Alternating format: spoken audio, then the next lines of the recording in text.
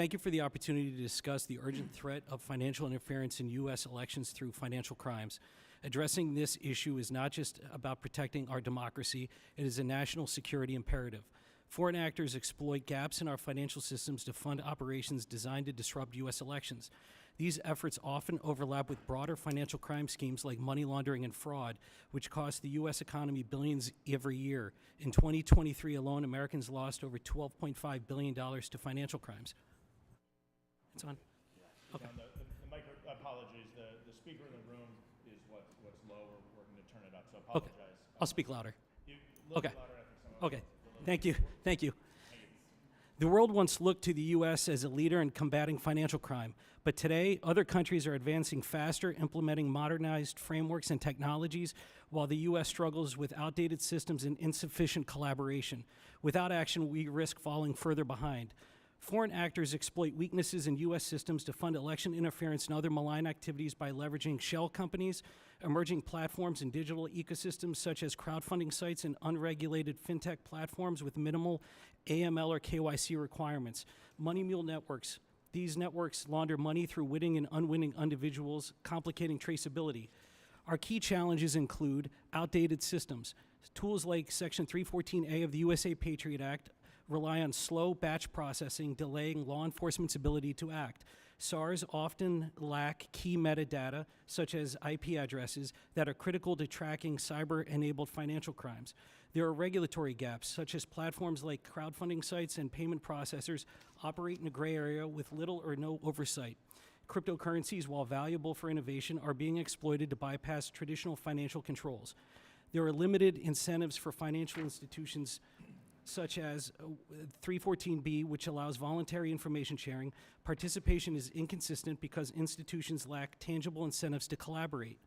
To address these challenges, I recommend the following actions. 1, modernize Section 314A and 314B. Fund FinCEN to implement real-time automated query systems under 314A to enhance responsiveness. Expand 314A and 314B to include crowdfunding platforms, payment processors, and fintech companies, applying these updates across the Bank Secrecy Act.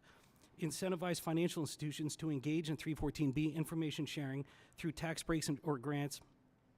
Close regulatory gaps, extend AML and KYC requirements to include cryptocurrency exchanges, crowdfunding platforms, and payment processors.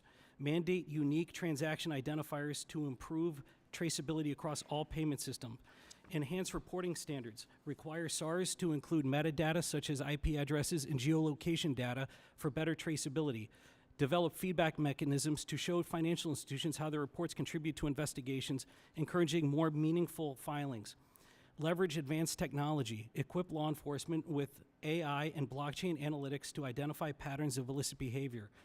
Support privacy-preserving technologies like fully homomorphic encryption to secure data sharing without compromising privacy. Last and probably most important, encourage private-to-private collaboration.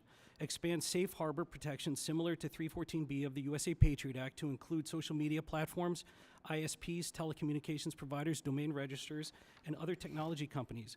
This would allow entities to lawfully share information with each other without about suspicious activity, potential threats, and malicious actors, fostering collaboration across industries while mitigating liability concerns. Such a framework would significantly enhance the identification and disruption of election interference and other illicit activities. Addressing election interference through financial crime isn't just about closing gaps. It's about reestablishing U.S. leadership in the global stage. The tools we need already exist, but modernization incentives are necessary to fully realize their potential. By expanding information sharing frameworks, closing regulatory gaps, and leveraging technology, we can protect our democracy and restore public trust in our financial systems. Thank you for your time and attention. I look forward to answering your questions.